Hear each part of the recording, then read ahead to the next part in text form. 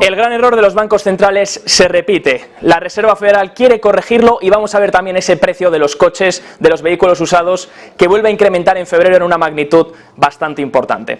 Bueno, primero pongamos en contexto qué es lo que ha pasado y qué nos ha llevado hasta aquí.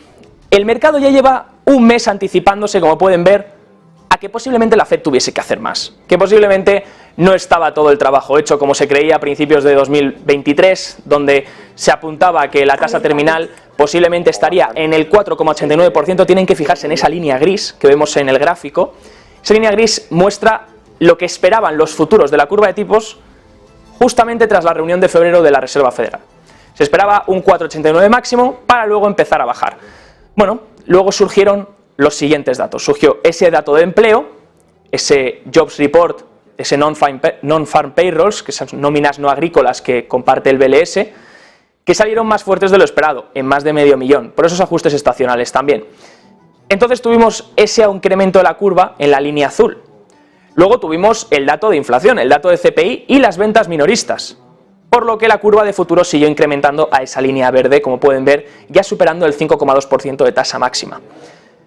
Luego tuvimos el dato de PCE, que es la inflación favorita de la Reserva Federal, mostrando que no desaceleraba al ritmo previsto, al ritmo de las expectativas, y eso hacía que la curva pues todavía incrementase más hasta el nivel azul que estamos viendo. Esto es antes de la comparecencia de Powell ante el Congreso, ya que ahora la tasa terminal se espera en el 5, casi 5,6%. Fíjense toda la corrección que ha hecho el mercado de futuros de la tasa de interés de la parte de la Reserva Federal, desde el 4,89 que esperaba de tasa máxima hasta el 5,65 que espera hoy tras Powell testificar en el Congreso de forma bastante hawkish, con un tono bastante duro, bastante halcón.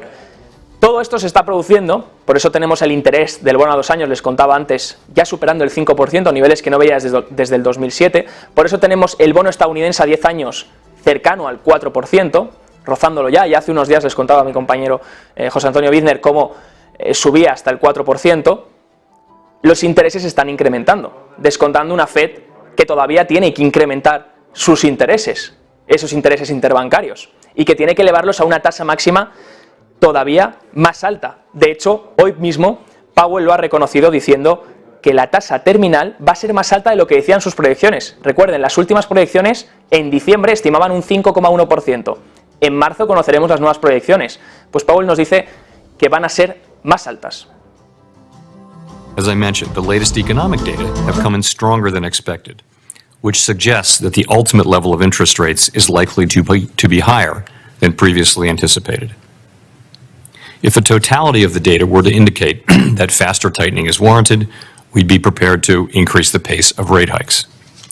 Como ven, si los datos muestran que la inflación puede ser persistente, estamos preparados para volver a subidas más drásticas, subidas más amplias como se hacían en el año 2022, subidas de hasta 50 puntos básicos en vez de los 25 puntos que esperaba el mercado hace unas semanas, porque el mercado también ya ha corregido esas expectativas, que ahora vamos a ver.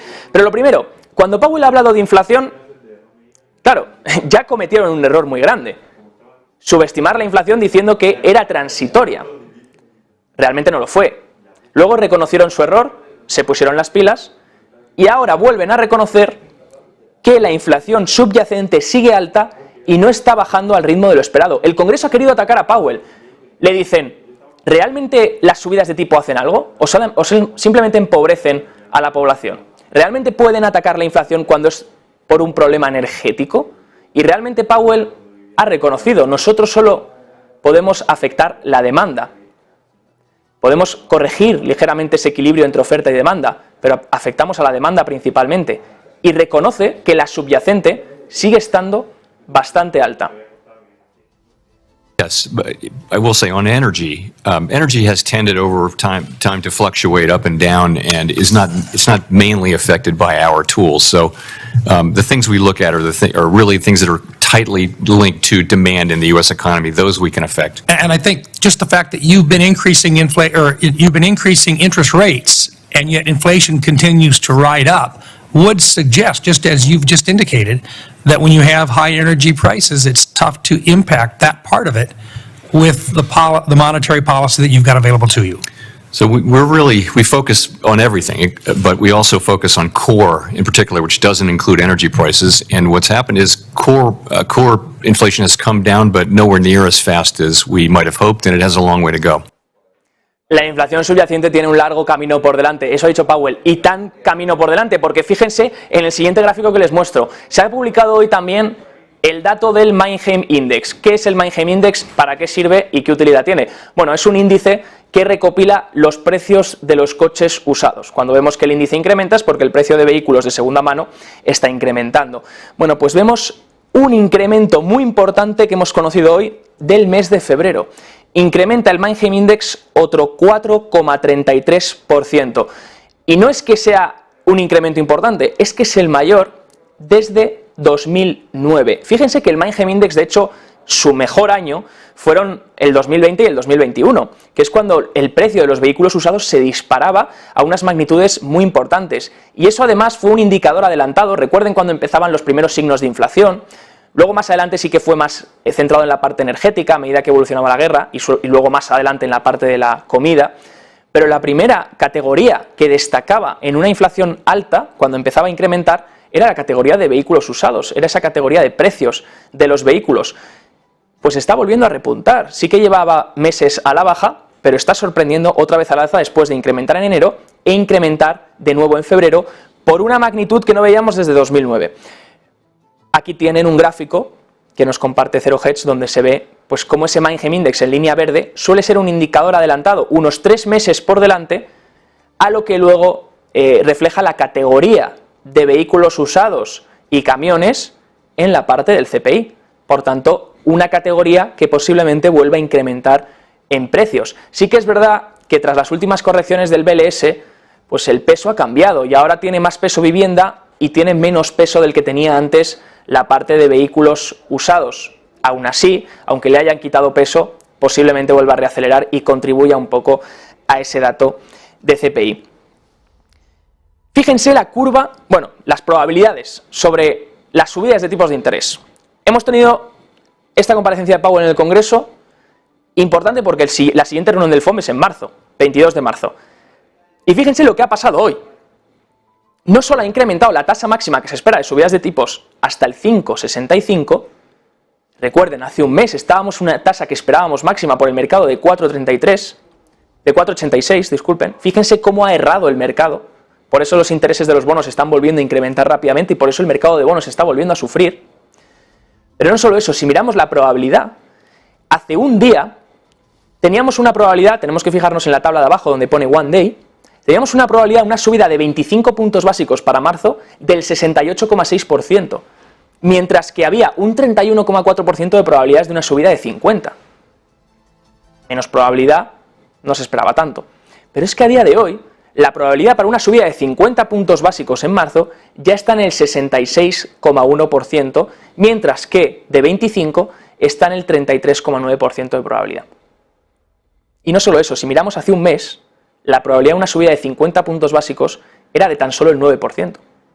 Ahora estamos en el 66% de probabilidad. Así que el mercado está esperando ya, confirmamos que está esperando con mayor probabilidad una subida de 50 puntos. ¿Qué falta para confirmar este equilibrio, para que se evapore o el 33 de un lado o vuelva otra vez la probabilidad a 25? Pues los datos de nóminas no agrícolas que conoceremos esta semana. ¿Cómo saldrán las nóminas estadounidenses? ¿Volverán a salir altas? ¿Volverá a haber algún movimiento raro por parte del BLS en cuanto a ajuste estacional?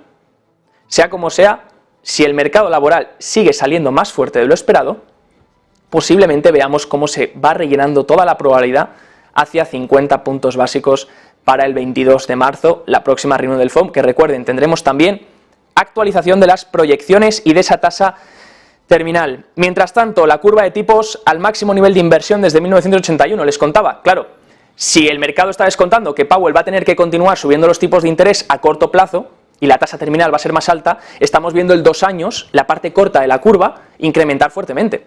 El 2 años por encima del 5%. El 10 años no está incrementando a la misma velocidad. ¿Por qué? Porque es la parte larga de la curva. No va a haber, aunque la Fed suba tipos a corto plazo rápidamente, no refleja en la parte larga. La parte larga descuenta que pues, la inflación cederá o incluso el crecimiento nominal será menor y por ende menores intereses. Y ahí es donde se crea la inversión, que no deja de ser el mercado de bonos lanzando una señal, diciendo a Powell y a la Reserva Federal que estas subidas de tipos tan agresivas acabarán teniendo consecuencias en el mercado de crédito. Y a medida que esa curva se va invirtiendo, los riesgos son mayores. Recuerden, la mayor inversión, 101 puntos básicos de inversión, eso quiere decir que hay un diferencial del 1,01% entre el interés que paga el 2 años y el 10 años, si estamos mirando esta curva. El 2 años está pagando ahora mismo un interés del 1,01% superior al 10 años, de ahí la inversión. Y le han preguntado a Powell también en el Congreso si todo esto, estas subidas de tipos que van a seguir subiendo, van a contribuir a la tasa de desempleo. Van a hacer que la tasa de desempleo se dispare para llegar al objetivo del 2% de inflación. Vamos a ver qué ha dicho Powell. You know, we're very mindful of the lags with which our policy works. We don't think we need a significant increase in unemployment, and we're certainly not aiming for one. But we do think there'll be some softening in labor market conditions to get to 2% inflation. Pues ya lo ven, dicen que puede haber una ligera corrección en el mercado laboral, pero que no cree que la tasa de desempleo tenga que incrementar suficientemente para llegar al objetivo de inflación del 2%. ¿No va a incrementar entonces la tasa de desempleo? Bueno, miremos la historia. Pongamos en este gráfico la inversión de la curva, que sería esa línea azul, y miremos la tasa de desempleo en línea roja. Como podemos ver, ahí tenemos la inversión de la curva, cómo de pronunciada es. Fíjense que no es la mayor desde 1981, que se ve. Y la tasa de desempleo normalmente suele aparecer no cuando la curva está invertida, sino cuando la curva se desinvierte. Fíjense que normalmente, si apuntamos por aquí, normalmente la tasa de desempleo, que es la línea roja, incrementa una vez la curva ya se ha desinvertido. Fíjense que cuando está muy invertida, la tasa de desempleo está en niveles mínimos. Aquí tenemos una inversión, niveles mínimos, aquí tenemos otra inversión, niveles mínimos, aquí tenemos la inversión actual, niveles mínimos. Es una vez la curva se desinvierte y vuelve al alza cuando la tasa de desempleo se dispara. ¿Por qué? Porque suele ser cuando llega la recesión también. ¿Y por qué ocurre esto? Bueno, pues porque el interés del 2 años empieza a caer con más fuerza que el interés del 10 años, descontando o que la Fed ha llegado a su tasa terminal o que los tipos tienen que bajar porque estamos en un entorno económico muy difícil. Y ahí es cuando normalmente la tasa de desempleo empieza a incrementar. Así que asegurar que la tasa de desempleo no va a incrementar con esta inversión de la curva, fíjense que ha pasado todas las veces, pues es complicado, ¿no? Veremos obviamente cómo se desarrolla todo esto.